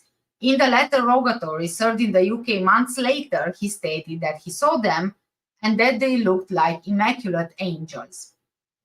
What did David Payne go to do? Help the mother to take the children to the park? Help bathe the children? Or something else? But what? Can the statements of Catherine and David's own mother-in-law help to clarify? The former claims that he enjoyed bathing the daughters of friends who spent holidays with him, which is in itself creepy. According to David Payne's mother-in-law, he bathed his own daughters. I don't even know what comment to make on all of this, but it seems very, very weird to me, the fact that when it was then fresh in his mind, David Payne doesn't remember seeing the children, but months later, in his rogatory from the UK, he says that he saw the children and they looked like immaculate angels. Again, why this remark? Why this remark? 2013. Jeremy claimed that when he went out and passed the block of flats belonging to the Mccanns and their friends, he saw Jane Tanner in a purple dress smoking in the street. 9:05 p.m. Surveillance has been put in place for children left alone in the various flats. How long did it take between watches? In the statement of the father of the missing child, he claims that he saw the 3 children. This statement was not corroborated. The crisis erupted when it was discovered that the father had lied by stating that he had entered the flat through the front door using the key, when in fact he was not in possession of the key and entered the flat through the back door. 2110, 2115, 2120. The sighting, time, place, and address of the man with a child on his lap described by Jane Tanner. The fact that there are overlaps of detail in the description given by Martin Smith. The fact that Jane Tanner's testimony has been enriched with detail over time. 2130. Matthew Oldfield enters the flat of the missing child. His statement is full of contradictions and possibly lies. The room occupied by the children did not have two windows, and if Jane's statement were true, she should have seen the bedroom window and the curtains open, according to what the mother is later alleged to have seen. 22. Where was the father of the missing child? The judicial police could not confirm that he was at the tapas restaurant with his friends. 22-2205. The mother's discovery of Madeleine's disappearance. The description of the room and the window, as well as her behavior at the time, raised serious suspicions as to her credibility. The position of the open window, as she claims, conflicts with the fact that the only fingerprints found and collected there are hers, being in the open and not the closed position of the window. 10:30 p.m. Pamela, who lives on the floor above the one occupied by the missing girl's relatives, claimed to have heard Madeleine McCann's mother crying for the first time. Questioning the father about what was going on, she was surprised by his cold response. A child has been abducted, without saying that it was his own daughter, just a child.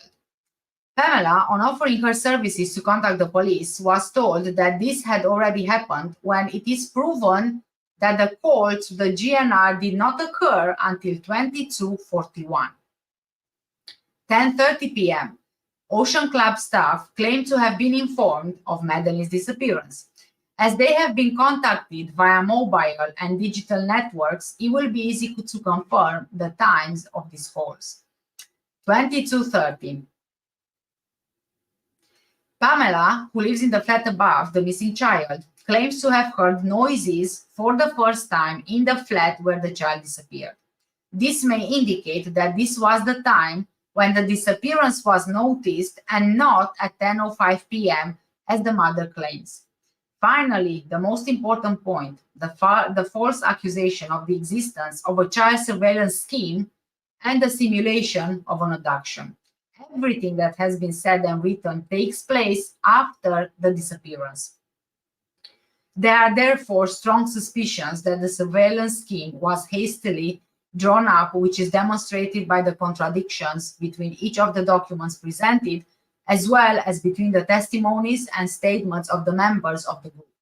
Another detail that casts doubt on the existence of a surveillance plan is the fact that it only takes place during dinner time.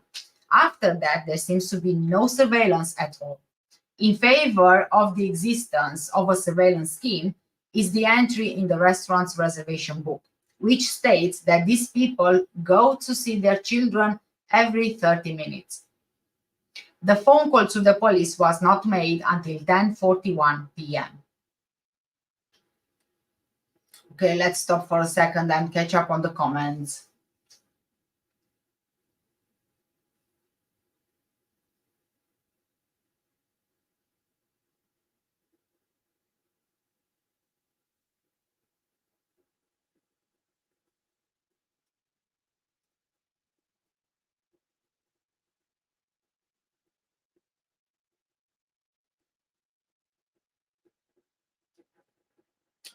Ellie is saying all the repeating is done to confuse everyone deliberately.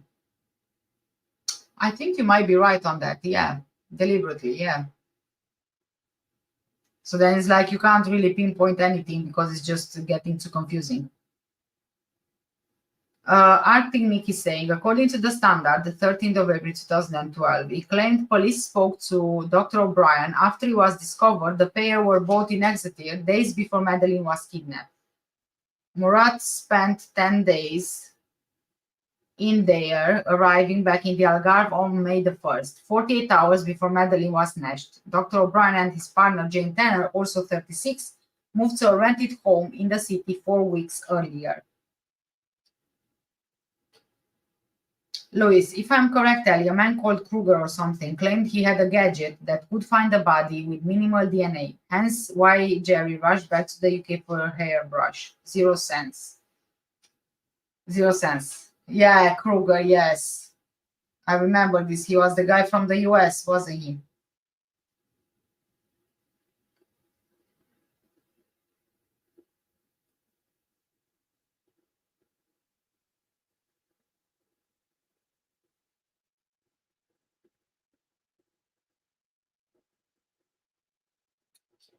Hi, Michael. Thanks for being here. Hello, I'm Michael from England. I think she died the day before they said she went missing to work out the story, then hit the body. That could very well be the case. Ellie saying Matthew Oldfield is missing off of one of those timelines. Yes, I've seen that. I've noticed that. So see, it's just to get their story straight. You can tell that they are, and then there is a gap there of between 9:30 and 10 o'clock where there's nothing written in one of the timelines, because as you have noticed, there are like 3, which is crazy.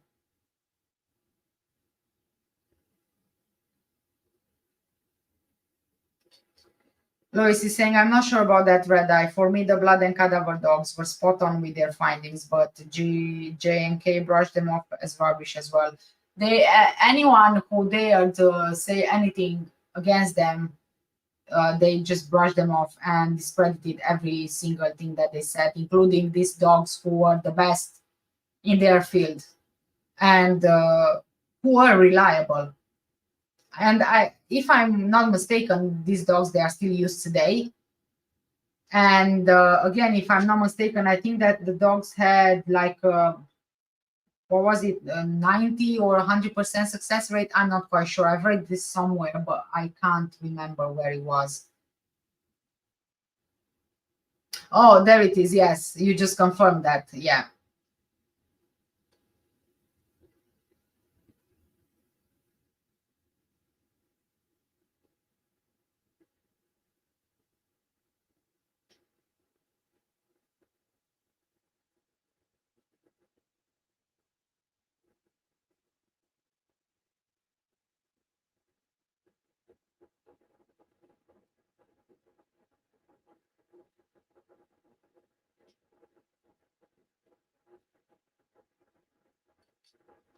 Alice saying David Penn was highlighted at a previous holiday in Mallorca. Yes, it's got to do with his preferences. I'm gonna call it PDF.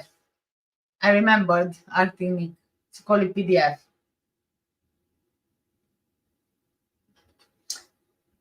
JD saying David is the one that was talking about M robbing her nipples in inappropriately manner. Definitely needs looking into. Yes. And he was talking with Jerry Mccann, which was very surprising because he was talking about his own daughter, and nobody did anything to stop the conversation, which is again very inappropriate.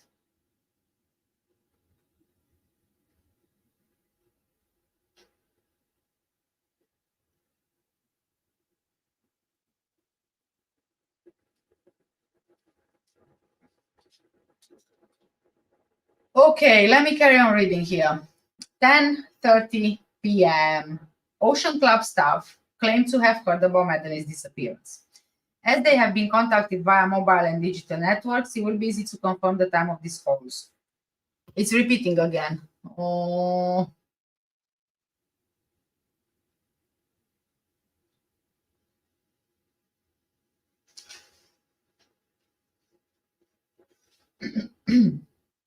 Excuse me. Okay, this notation exists, but it should be borne in mind that the toilet serving the restaurant, the bar, and the swimming pool is the same, and at the time was in a poor hygienic condition. In such a situation, it's normal that these customers occasionally go to the flats to urinate and, on passing the reception, claim that they are going to see their children. What I am writing is not unreasonable. One only has to read the testimonies of the child's parents and the mother's book to understand that the main motivation for going to the flats was to satisfy physiological needs. By purging the timeline of anything that may have occurred after the child's disappearance, we can see that the window of opportunity is quite wide. After all, the child was last seen by a third party at 5:30 p.m. What happened until 10 p.m. or 10:30 p.m. when the disappearance was alerted. Chapter 10. Processing the crime scene.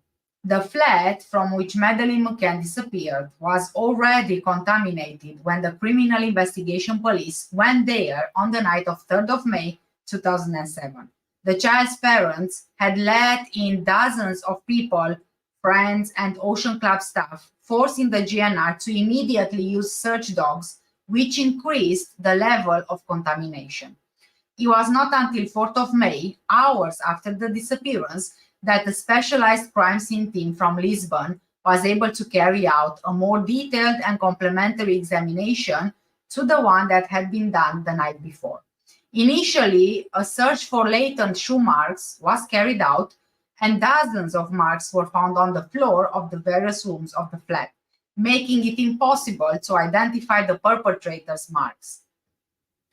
There were also huge footprints, presumably of canine origin, mixed with red and white chemicals used for the visualization of fingerprints, and a huge amount of hair of probable animal origin, dog, which made the search for possible traces very difficult. Meticulous analysis of the door and windows of the flat did not detect any signs or traces of burglary or forcible entry. Subsequently, following a search by British dogs, specialists in forensic searches, the traces they found were picked up. This means of locating traces made it possible to detect and collect in the boot of the car rented by the parents of the missing girl 20 days after the disappearance, a sample of a body fluid, indicated by the dog as blood, and the hair with the coloring of Madeleine Mccann. As for the body fluid, the British lab, after identifying the child's DNA profile, has ruled out the finding. The hair is shrouded in a bizarre story. According to the British lab, there were around 15 hairs of fragments of blonde or light hair similar to Madeleine Mccann's hair. As it has not been possible to make a robust or meaningful comparison of these hairs, it's not possible for me to determine whether they may have belonged to Madeleine. According to the British lab's forensic scientist, there were and are hairs which can and should be properly examined for DNA profiling. In the course of fulfilling the derogatory commission in 2008, investigators from the Portuguese police went to the British forensic lab. There, they were shown the set of hairs and told that they had not been subjected to hairs of probable animal or dog origin, which made it very difficult to search for possible traces. A thorough examination of the door and windows of the flat did not detect any signs, traces of burglary, forcible entry. Again, it's repeating.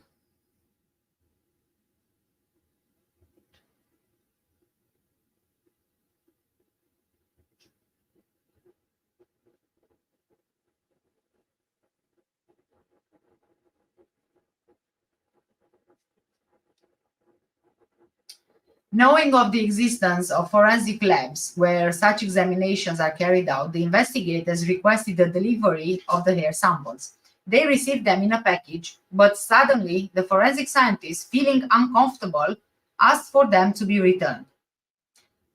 It is known that these hairs, or what is left of them, were subsequently sent with the rest of the samples and are in the possession of the judicial police. A DNA research examination by a competent and independent forensic lab is urgently needed. Okay, guys, okay, this is very important because not everything was returned to the lab in Birmingham. So we know that they messed up really badly. And I don't think that it was by mistake. In my opinion, they did it on purpose.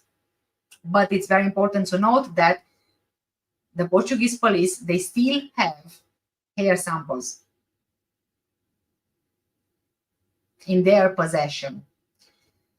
Okay, let's move on. This is a pertinent issue and can in itself constitute a new development. There is an urgent need for a competent examination of these hairs without fear of someone arguing that having been found in the boot of that car, they were there as a result of a transfer phenomenon. Let us find out the DNA and then someone who can prove such a transfer. You cannot be in possession of this possible means of proof and not check its value.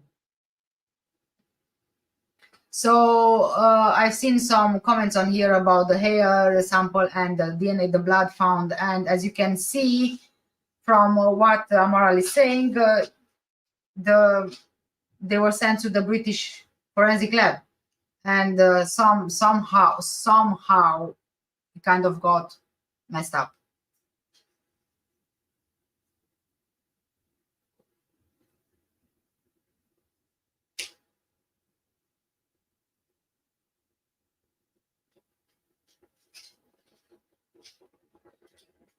Yeah, guys, I'm just gonna finish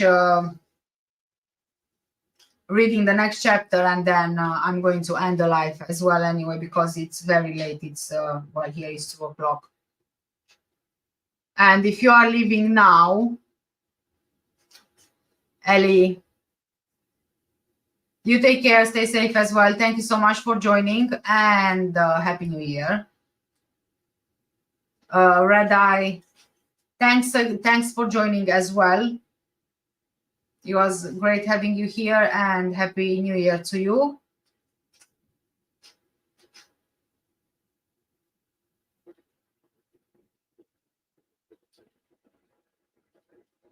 Okay, let me carry on reading here.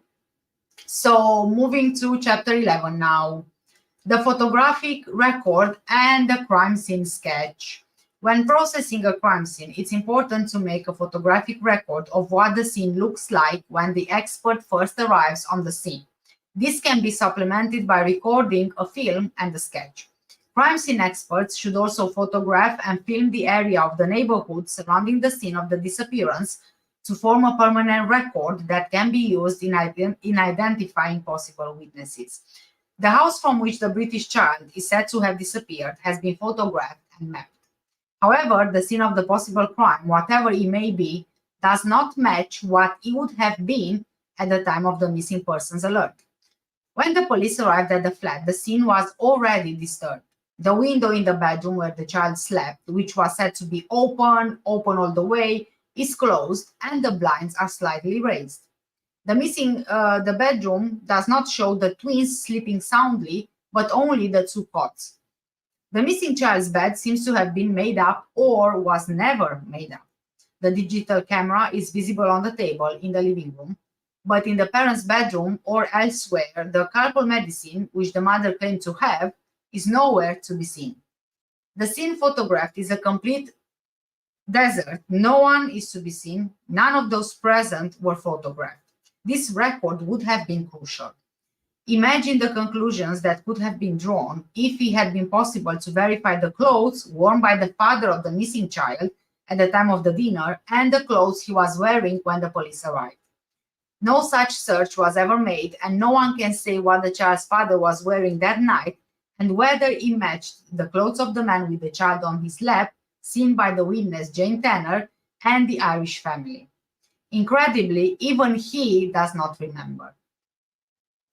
In an effort to identify an individual who may have been targeting the child and possibly monitoring the family's activities, photographs, videos of staff and guests taken during the period 28th of April 2007 to 3rd of May 2007 were sought, paying particular attention to photographs, videos taken in areas where children congregated: nursery, swimming pool, beach, playground, and restaurants. The holiday group, which included the parents of the missing child, was asked for photos or videos. Strangely, only photographs relating to the daytime period were handed over to the police. It seems that no photos were taken during the night. This may not be true, as the mother had her camera with her at dinner on 3rd of May 2007. In the nighttime photos, the effect is of the dining table, but in the parents' bedroom or elsewhere, there is no trace of the drug alcohol, which the mother claimed to have. The scene, okay, this is repeating again.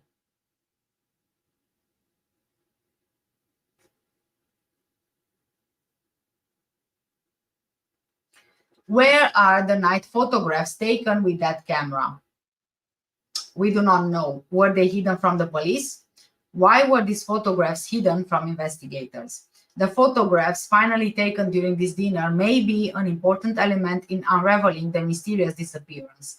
It was a digital camera with an automatic record of the date and time the image was taken, and from the sequence of the photographs, we would have an idea of who was at the table, at what time, and who left, as well as the clothes they were wearing. The seizure and examination of the child's parents' digital camera may have been a failure of the investigation. The fact is that the camera existed on the night of the event, but this camera was not seen again. In view of the fact that many of the guests, tourists mostly of English origin, had already left, an appeal was made for photos, videos of those days and of that particular night to be submitted in the UK to British police.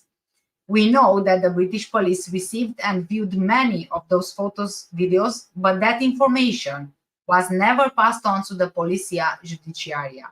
If, due to various circumstances, we were unable to obtain photos taken on the night of the dinner, the media took care to show the father of the missing child dressed in the same manner, style, and type of clothing described by witnesses Jane Tanner and Martin Smith, and not looking like a tourist on holiday. And with this, I'm going to end the reading for tonight. Let's remember the next chapter will be chapter 12. And I'm going to catch up on the comments before we all scatter, leave, and go to sleep. Louis is saying, I cannot believe 16, 17 years have gone by and Scotland Yard have not made an effort to start from scratch. Yes, it is unbelievable, but you better believe it because there are so many forces at play here that, pushing, pressure.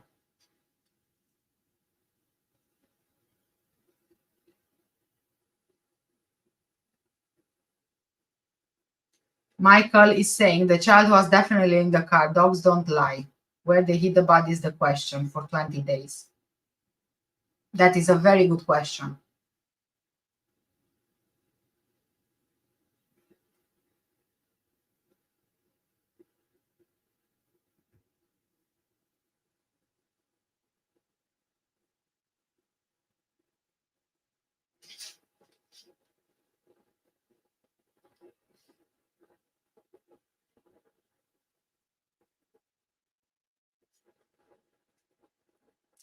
Experimental, yes, very true. I think, JD, that my next live is going to be next Friday, about the same time as today. I'm hoping, if all is fine and I don't have some other things going on. But for now, yes, it's going to be Friday around 11 or 12 at night. I might go a bit earlier, but anyway, I'm going to publish a community post and maybe a short just to, let you know that I'll go live later on. I'm going to schedule the live as well a bit in advance so you guys can see and get the notifications on time. And if not, then anyway, you can catch up after whenever you have time. Thanks everyone for joining tonight. It was great reading all these comments and having the engagement there. And I wish you all Happy New Year. And I guess I'll see you in the next year. Take care, guys. Bye.